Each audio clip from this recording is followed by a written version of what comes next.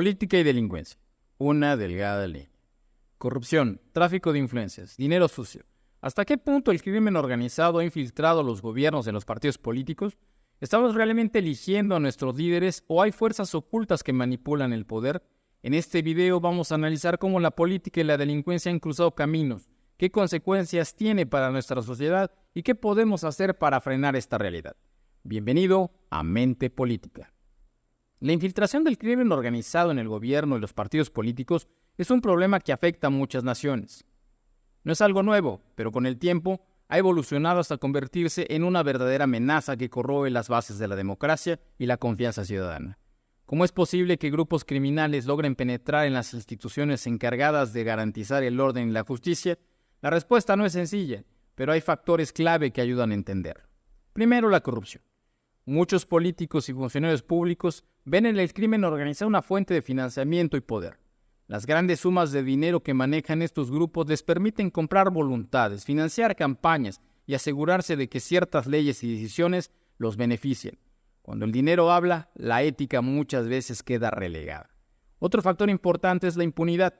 En muchos países los sistemas de justicia son débiles, ineficientes o están infiltrados por los mismos criminales. Si un político acepta dinero o favores de grupos delictivos, las posibilidades de que sea investigado y castigado son mínimas. Esto crea un círculo vicioso donde el crimen no solo se infiltra, sino se consolida en el propio poder.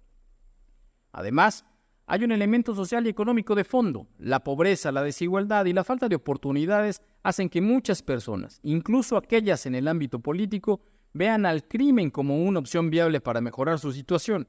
No solo cuestión de maldad o ambición desmedida, sino también de necesidad y conveniencia. Veamos ahora hasta dónde ha llegado este problema. El crimen organizado no solo opera en las sombras. En muchos países se ha infiltrado directamente en el gobierno y los partidos políticos. ¿Pero cómo lo hacen? Existen varias formas: financiamiento de campañas, sobornos, intimidación, colocación de sus propios candidatos y hasta el propio control de las instituciones encargadas de la seguridad y la justicia. Todo con un solo objetivo: garantizar impunidad y maximizar sus ganancias. En México, por ejemplo, múltiples investigaciones han demostrado cómo los cárteles han financiado campañas electorales para garantizar que, cuando su candidato gana, proteja sus intereses.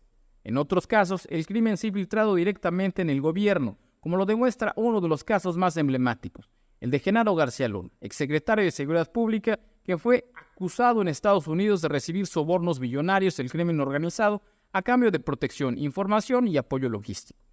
Durante años, este funcionario fue el rostro de la lucha contra el narcotráfico en México, mientras en realidad trabajaba para uno de los grupos criminales más poderosos del país. Pero no es un caso aislado.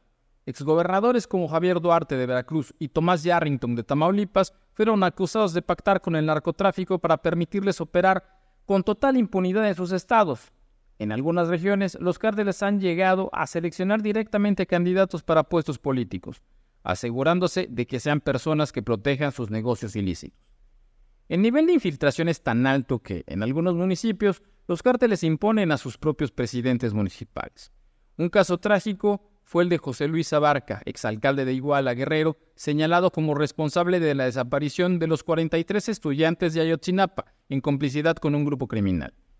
Este caso no solo demostró la colusión entre autoridades locales y el crimen organizado, sino también el alto grado de impunidad existente. Pero esto no solo pasa en México. En otros países como en Italia, la mafia ha estado ligada a políticos de alto nivel durante décadas, utilizando la corrupción para controlar sectores enteros del gobierno. En Brasil, los vínculos entre políticos y organizaciones criminales han sido evidenciados en escándalos de corrupción que van desde el narcotráfico hasta la malversación de fondos públicos. Podríamos decir que, en algunos casos, la línea entre política y crimen es tan delgada que prácticamente desaparece. No se trata solo de que los criminales influyan en la política, sino del riesgo de que los políticos se conviertan en verdaderos criminales. Gobernadores, diputados, presidentes y ministros de distintos países han sido vinculados a redes de corrupción, narcotráfico e incluso desaparición de opositores y periodistas que investigaban estos nexos. En Filipinas, por ejemplo, las denuncias de ejecuciones extrajudiciales vinculadas a la guerra contra las drogas muestra cómo el poder estatal puede utilizarse para eliminar adversarios sin el debido proceso. En Rusia, las conexiones entre oligarcas, crimen organizado y el gobierno han permitido la consolidación de un poder político prácticamente inquebrantable. En Venezuela, la corrupción dentro de la estructura gubernamental ha facilitado el surgimiento de redes de narcotráfico con operaciones internacionales. Pero ante todo esto, ¿cuál es el costo para la sociedad? Cuando el crimen organizado se infiltra en la política, el verdadero perdedor es la ciudadanía. Las instituciones dejan de servir y se convierten en herramientas para el enriquecimiento ilícito. Las leyes se manipulan para proteger a los corruptos y la seguridad desaparece porque quienes deben combatir el crimen están aliados con él. El resultado es un círculo vicioso. A más corrupción, menos desarrollo. Países con altos niveles de corrupción tienen menores índices de inversión extranjera, mayor pobreza y menos acceso a servicios básicos como salud y educación. Y lo peor es que muchas veces, cuando la ciudadanía trata de exigir justicia, se encuentran con un sistema diseñado para proteger a los culpables en lugar de castigarlos. Seguramente te has de estar preguntando, ¿es posible cambiar esta realidad? La respuesta es sí, pero no es un camino fácil. Antes que nada, se necesita una sociedad verdaderamente informada y valiente que exija total transparencia al gobierno y aplicación imparcial de justicia. La prensa independiente, los movimientos ciudadanos y las redes sociales han demostrado ser herramientas muy poderosas para exponer la corrupción y presionar por cambios. Por ejemplo, en Guatemala, la Comisión Internacional contra la Impunidad logró llevar a juicio a altos funcionarios involucrados en corrupción, incluyendo un presidente. En Rumania, las protestas masivas han frenado leyes que buscaban proteger a políticos corruptos. Y en varios países de América Latina, investigaciones periodísticas han revelado redes de corrupción que de otra manera habrían permanecido ocultas. En la actualidad, la tecnología se ha convertido en una herramienta clave para la lucha contra la corrupción. Gracias a las redes sociales, bases de datos abiertas y plataformas de transparencia, los ciudadanos tienen más acceso a la información. Por ejemplo, en 2019, las protestas en Hong Kong se organizaron en gran parte a través de plataformas digitales, evitando la censura del gobierno. En América Latina, iniciativas de periodismo de datos han permitido mapear y exponer redes de corrupción que antes operaban en la impunidad. Y en países como Estonia, la digitalización del gobierno ha reducido significativamente las oportunidades para el fraude y la corrupción. Podemos decir que el crimen en la política es un problema verdaderamente real y muy grave. Pero no es invencible. La clave está en la información, en la exigencia y en la participación de los ciudadanos. Si queremos un futuro mejor, no podemos ser indiferentes. La política nos afecta a todos.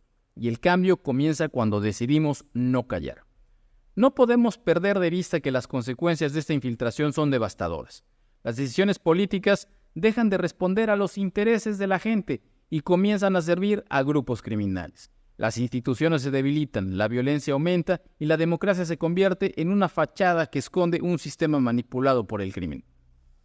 ¿Qué podemos hacer al respecto? Como ciudadanos, la respuesta está en la conciencia y la participación. Exigir transparencia, informarse sobre los antecedentes de quienes buscan gobernarnos y no vender nuestro voto por promesas vacías es crucial. También es importante fortalecer las instituciones, no debilitarlas, y apoyar a quienes luchan verdaderamente y en los hechos, no solo en discurso, contra la corrupción y la impunidad. Este no es un problema sin solución, pero requiere un esfuerzo colectivo. El crimen organizado se infiltra donde la sociedad lo permite. Si dejamos de normalizar la corrupción y nos involucramos activamente en la política con responsabilidad, podemos recuperar el control de nuestras instituciones. La pregunta es, ¿estamos dispuestos a hacerlo? ¿Crees que el crimen organizado tiene más poder en la política de lo que imaginamos? ¿Cómo podemos combatir esta realidad desde nuestra posición como ciudadanos? Déjanos tu opinión en los comentarios y suscríbete para más contenido como este. Y acuérdate, juntos podemos hacer la diferencia.